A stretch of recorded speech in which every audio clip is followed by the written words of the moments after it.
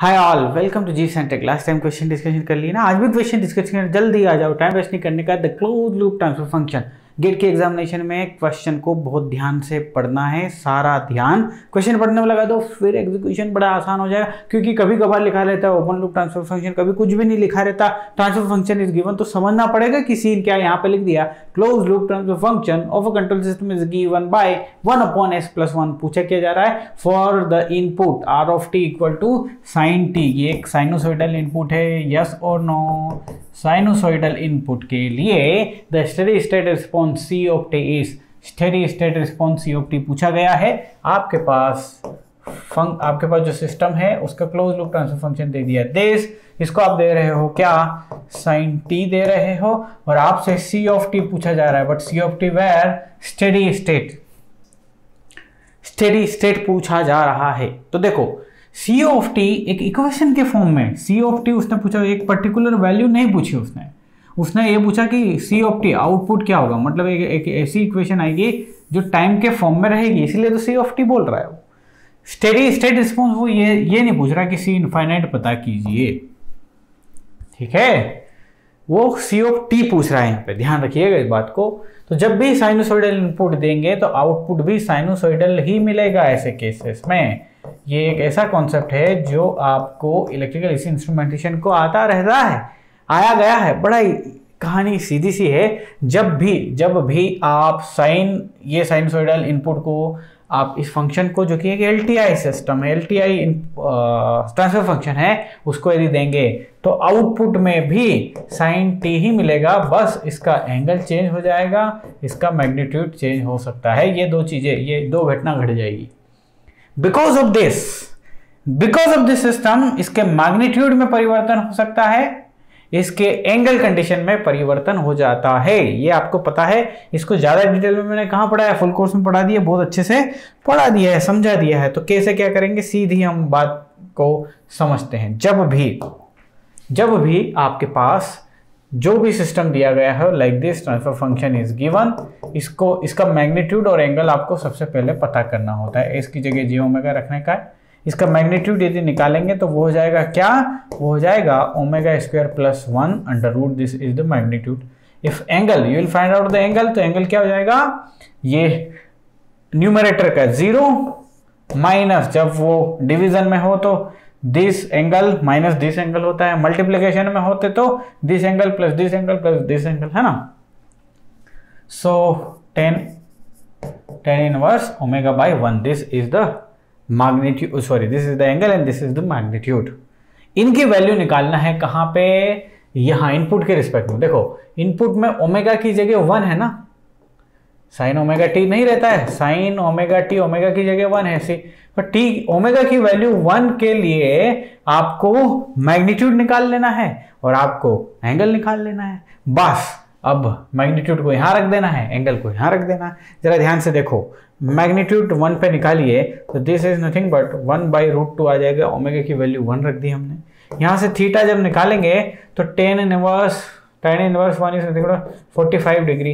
तो ये दो एंगल मिल गए। ये दो एंगल कहां मिल गए, ω=1 पे मिल गए। ω=1 कहां से आया, इनपुट के कारण आया सर। यदि ω=1 का इनपुट एक साइनोसॉइडल वेवफॉर्म इस सिस्टम से होके गुजरेगी तो फाइनल मैग्नीट्यूड जो बनेगा वो ये बनेगा, इसका जो भी मैग्नीट्यूड होगा उसमें मल्टीप्लाई हो जाएगा 1/√2 का, इसका जो भी एंगल होगा उसमें अलजेब्राइक समेशन हो जाएगा इस एंगल का। मतलब आउटपुट जो मिलने वाला है राजा, वो इनपुट क्या था, sin t, तो इसमें एंगल -45 यहाँ कर दिए और इसका मैग्नीट्यूड पहले 1 था, इसमें 1/√2 का मल्टीप्लाई कर दिए। सो दिस इज योर आंसर। समझ में आ गई क्या करना है, टुच्चा सा स्टेप है भैया। जो भी इनपुट दिया है ना, उसी फ्रीक्वेंसी पे, इनपुट की जो भी फ्रीक्वेंसी दी है उसी फ्रीक्वेंसी पे इस सिस्टम से मैग्नीट्यूड एंड एंगल निकाल लीजिए, उन मैग्नीट्यूड को इसके मैग्नीट्यूड के साथ मल्टीप्लाई कर दीजिए, उस एंगल को इसके साथ रख दीजिए, you will get the output. कहानी क्लियर है। नेक्स्ट क्वेश्चन ये लीजिए, बहुत प्यारा क्वेश्चन है। अ unity feedback system has open loop transfer function g over. देखो मैं बोला था ना, हर एक चीज मायने रखती है। यहाँ पे इसने क्या लिख दिया भाई, यहाँ पे इसने ओपन लूप लिख दिया। तो आपको बड़ी पैनिक नजर रखना है एग्जामिनेशन में, आपके जैसे बेटा बहुत सारे बच्चे एग्जाम देने जा रहे हैं ना, सब हड़बड़ी में जा रहे हैं। आपको काय में जाना है, एकदम किसमें, कॉन्शियसनेस में जाना है, आराम से पढ़ेंगे। मैं क्यों बार बार बोल रहा, क्योंकि गलती कर देते हैं बच्चे यहाँ पे। ट्रांसफर फंक्शन दिया हुआ है open loop g of s equal to 100 divide by s plus p। ये कुछ लिखने में गलत है क्या, the at phase the response, the time at phase the response to a unit step input. यहाँ ये इन चीजों को डिकोड करिए। Reaches its peak pi by 8 second, यानी कि सीधा सा इसने टीपी पाई बाई 8 सेकेंड दे दिया जी, पाई बाई 8 सेकेंड दे दिया ना। इसने बोला the time at which the response to unit step reaches its peak is जितना, the damping coefficient for the close loop system is zeta. आपसे पूछा जा रहा है but for the close loop system. Okay जी, चलिए बढ़ते हैं सर, क्या क्या इंफॉर्मेशन दी हुई है ना, हम आगे बढ़ते हैं। 100 divide by s plus p, ठीक है। ओके, सो अब हम इसका बना लेते हैं close loop transfer function. Unity feedback system है, दिया है, नहीं दिया होता बाय डिफॉल्ट मान के चलते, वैसे हमेशा दिया रहेगा, लिखा रहेगा, लेकिन कहीं नहीं लिखा रहे, डाउट आए कि यूनिटी है कि नॉन यूनिटी, तो मैंने आपको सिखाया यूनिटी मान लेना है, बाय डिफॉल्ट मान लेना है, ठीक है। तो यदि हम इसे करेंगे तो you will get it 100 divide by s plus p plus 100, this is nothing but the CLTF, correct बात ना। तो यहाँ से हो जाएगा s square plus PS plus 100। ये कैरेक्टरिस्टिक, ये जो इक्वेशन है, इससे मेरे को ओमेगा और जीटा निकल आएगा ना, इसलिए मैंने इसको रखा।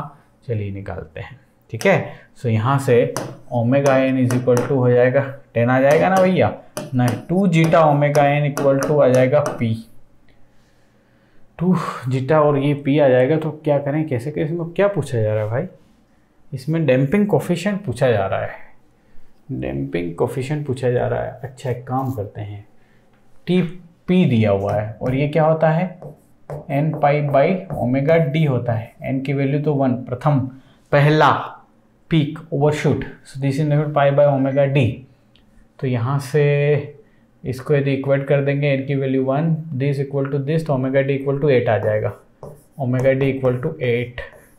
ओमेगा d क्या होता है जी, ध्यान से देखो, omega d is nothing but omega n under root of 1 minus zeta square, है ना, बहुत ही बढ़िया। ओमेगा d की वैल्यू 8 है, ओमेगा n की वैल्यू 10 है, 1 minus zeta square, M I right. यहाँ जाने की जरूरत नहीं पड़ी, यहीं से आपको क्या आ रहा है, जीटा आ रहा है। So this is nothing but the 0.8, 1 minus zeta square and under root भी है, स्क्वायर कर दो दोनों तरफ, 0.64, 1 minus zeta square. So zeta square इधर आ जाएगा, ये जाएगा 0.36, so zeta is equal to 0.6 is the answer zeta. जो भी दिया है डिकोड करना है और धड़ाधड़ करना है, ठीक है। आगे इसी का एक क्वेश्चन को करते हैं। मान लो p की वैल्यू पूछी होती है, तो बस p की वैल्यू यहाँ से निकाल दो, 2 गुना 0.6 गुना ओमेगा n क्या आया भाई, ओमेगा n 10 आया ना, तो गुना 10 is equal to p। So this is nothing but 12, ये है p की value. Am I right, yes I am right, p की वैल्यू है 12। करना है धीरे धीरे, जो भी कॉन्सेप्ट पढ़ा है ना सब काम आएगा, कॉन्सेप्ट ही काम आएगा। अगला क्वेश्चन देखिए जरा, क्या है question. The dominant poles of a servo systems are located at -2 + -2j, ये है डोमिनेंट पोल्स हैं। The damping ratio of the system is, wow क्या क्वेश्चन पूछा है भाई, क्या क्वेश्चन पूछा है, मस्त क्वेश्चन पूछा है ना। जिसको नहीं आता है उसको हवा नहीं लगेगी, और जिसको आता है उसको मजा आ जाएगा भाई, है ना।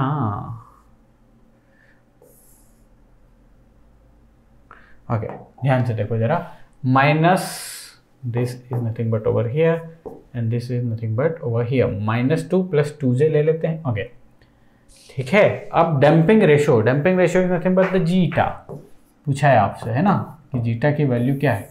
अब अलग अलग तरीके से आप कर सकते हो। आपके पास पोल्स दिया है तो इस सिस्टम का क्लोज लूप बना सकते हैं। गेन पता नहीं है but s + 2 + 2j s + 2 - 2j ये जरूर पता है ना। इक्वेशन बना सकते हैं ना, सेकंड ऑर्डर इक्वेशन यहाँ से बन जाएगी। क्या बन जाएगी? अच्छा, ये हो जाएगा s + 2 whole square a + b a - b a square - b square, तो 2j और उसका भी स्क्वायर, है ना। तो ये हो जाएगा s square plus 4s plus 4 minus, so minus minus plus, और ये हो जाएगा 4। सो कहानी जो हो जाएगी वो क्या हो जाएगी, जरा ध्यान से देखो, s square plus 4s plus 8। ठीक है, अब ये इक्वेशन, इससे सेकंड ऑर्डर सिस्टम की जो डिनोमिनेटर इक्वेशन है आपको पता ही है क्या होती है, s square plus 2 zeta omega ns, characteristic equation भी बोलते हैं। ठीक है, कंपेयर कर लो। So omega n is equal to √8 आ जाएगा, एंड 2 जीटा ओमेगा n की वैल्यू है यहाँ पे 4। सो जीटा ओमेगा n की वैल्यू है 2, ओमेगा n तो है आपके पास, so zeta is equal to 2/√2, good cancel, zeta is equal to 1/√2 जो होता है 0.707 इफ आई एम राइट। आ गई बात समझ में? इससे निकाल सकते हो। दूसरा तरीका भी आप समझते ही हो, this angle is nothing but theta. ठीक है, तो एक रिलेशन ये भी पता है, cos inverse zeta is equal to theta, so this is nothing but cos theta. So theta की वैल्यू कैसे निकालेंगे भाई, ये हाइट दो, ये दो, so tan inverse theta is equal to 1, theta is equal to 45 degree. ठीक है, तो यदि cos 45 डिग्री की वैल्यू निकालते हैं वो आती है 1/√2। सो यही है जीटा जो हमें ये लेके आए, किल करने का है।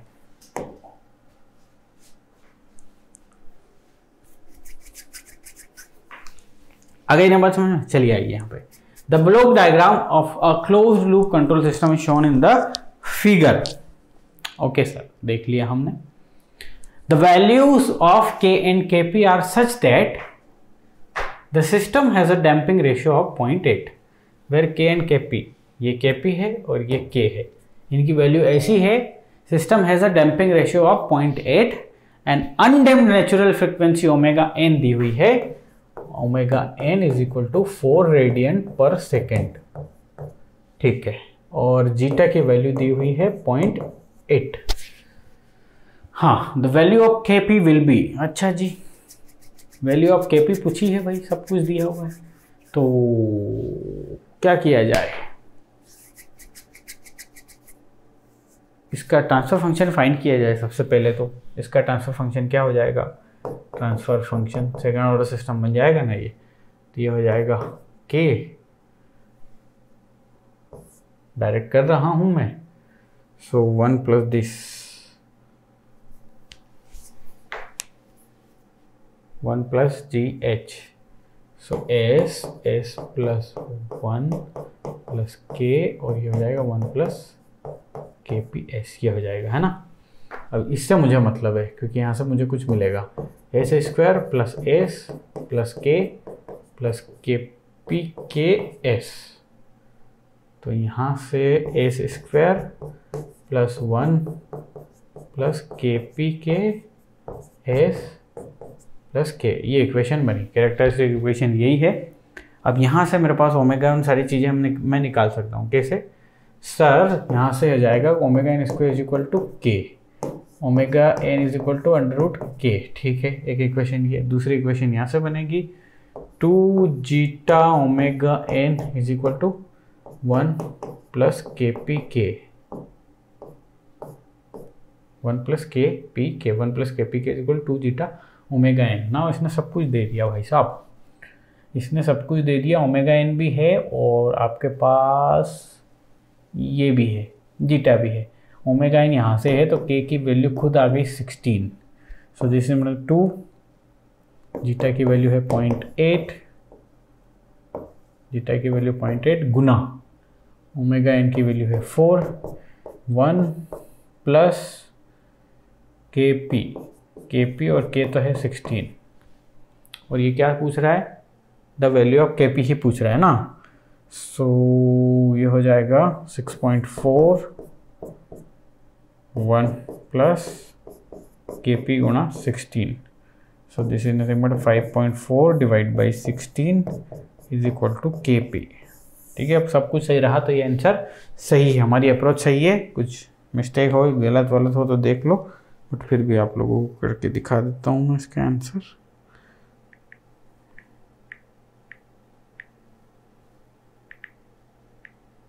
.3375 आ रहा है राजा, 0.3375 आंसर आ रहा है मेरा। ठीक है, मिला लेना आप लोग। समझ गए ना भावनाओं को, कैसे एग्जीक्यूट करना है, तुरंत एग्जीक्यूट करना है। नेक्स्ट क्वेश्चन,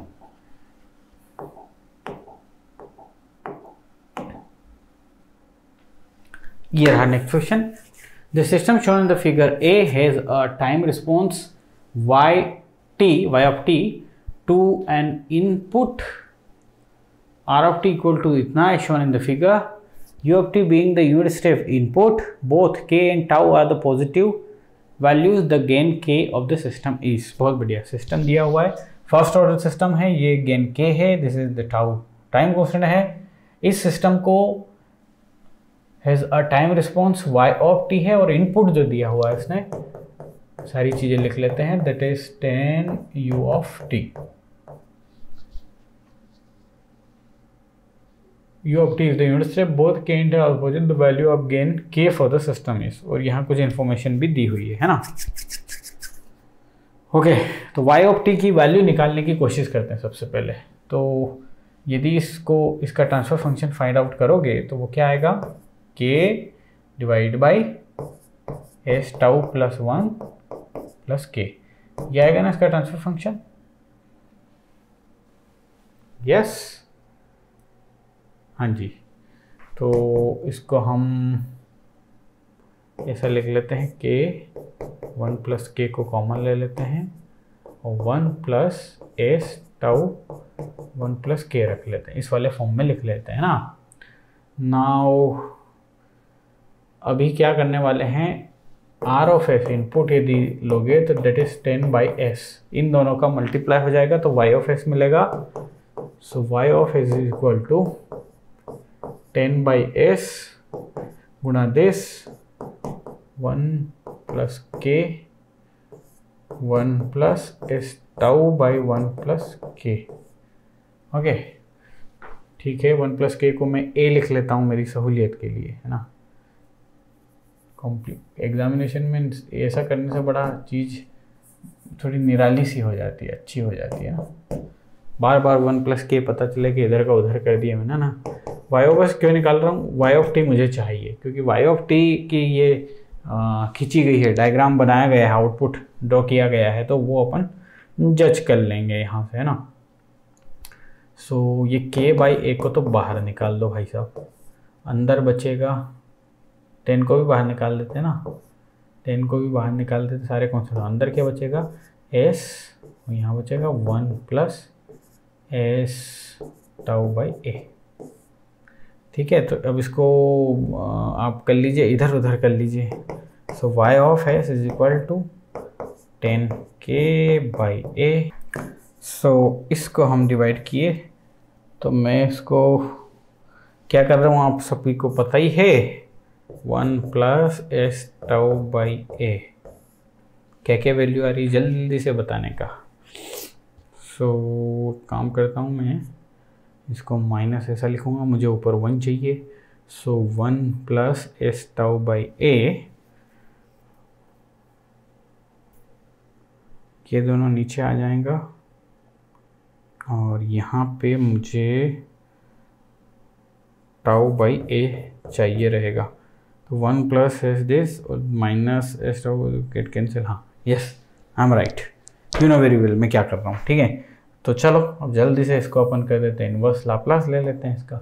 सो ये हो जाएगा 10k बाई ए, ये हो जाएगा u of t minus tau by A.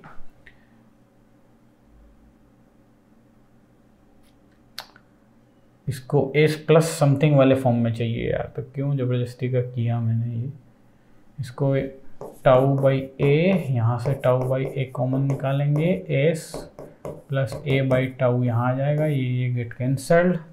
सो आप समझ ही रहे हो मैं क्या कर रहा हूँ, क्यों कर रहा हूँ, क्रैश कोर्स है भाई, तो ऐसा ही करना पड़ेगा। E to the power minus A by tau T और U of T like this, है ना। तो जिसमें बोला 10k by A 1 minus E to the power minus A by tau T and this is nothing but U of T, this is nothing but y of T. ठीक है, ऐसा क्यों किया मैंने, अब समझना आप ध्यान से। वो क्या पूछ रहे हैं अपने से, the gain k of the system, gain k की वैल्यू पूछी हुई है। ओके, नाउ a की वैल्यू क्या थी भाई, 1 प्लस k को अपन ने a लिखा था, है ना। ठीक है, a को लिखा था अपन ने 1 प्लस k। ठीक है साहब, अब इसकी फाइनल वैल्यू मेरे को पता है 8, है ना। Final value t equal to infinite, ये कहाँ पे सेटल हो रहा है, t इक्वल टू इनफाइनाइट पे लगभग ये सेटल हो रहा है 8 पे, तो वो वैल्यू पता है। सो इसकी y इन्फिनिटी पता है ना, सॉरी y इन्फिनिटी आपको पता है कि सर वो 8 है। This is 10k divide by 1 plus k and 1 minus ये पूरी कहानी हो जाएगी 0।